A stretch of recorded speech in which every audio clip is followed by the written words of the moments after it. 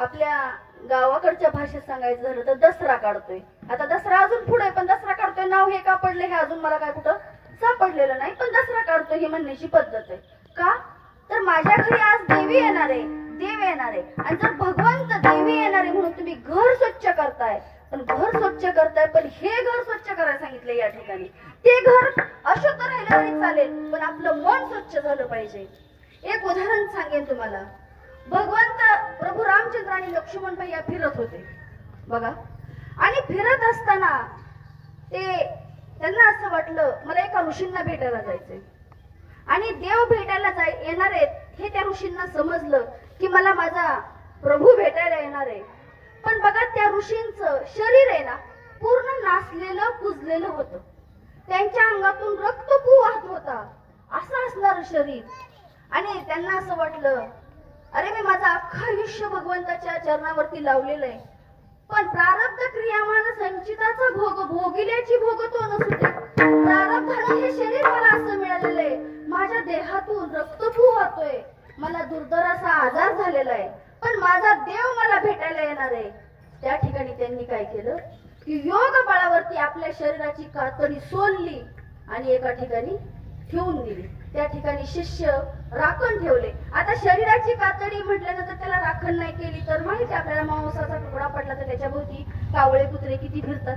त्याच्यामुळे शिष्य समुदाय त्या ठिकाणी ठेवला आणि असा पवित्र असा सुंदर देह धारण केला.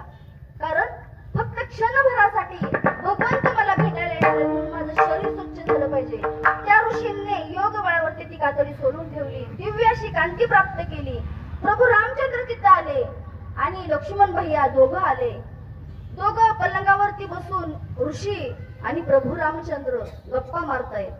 आणि आता लक्ष्मण भैयांना वाटलं हे दोघं गप्पा मारतायत तिथं काय थांबायचं, जर आपण फेरफटका मारून यावं म्हणून लक्ष्मण भैया जातात आणि त्या ठिकाणी गेले, पाहिलं या ठिकाणी शिष्य समुदाय आहे.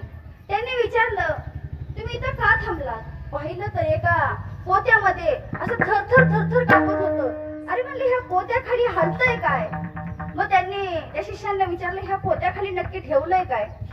तर शिष्य म्हटले आम्ही सांगणार नाही. लक्ष्मण भैया म्हणतात तुम्हाला माहितीये का मी कोण आहे. ते म्हणतात तुम्ही कोण आहे, आम्हाला काही जाणून घ्यायची आवश्यकता नाही, तुम्ही कोण आहे. ज्या अर्थी तुम्ही माझ्या गुरूंना भेटायला आलात त्या अर्थी माझे गुरुच मोठे, तुम्ही कोण आहात मला त्याच्याशी काही देणं घेणं नाही. त्या शिष्यांनी सांगितलं नाही ते काय आहे ते, आणि ते माघारी आले आणि प्रभू रामचंद्रांच्या आणि त्या ऋषींच्या गप्पा झाल्या, निघाले.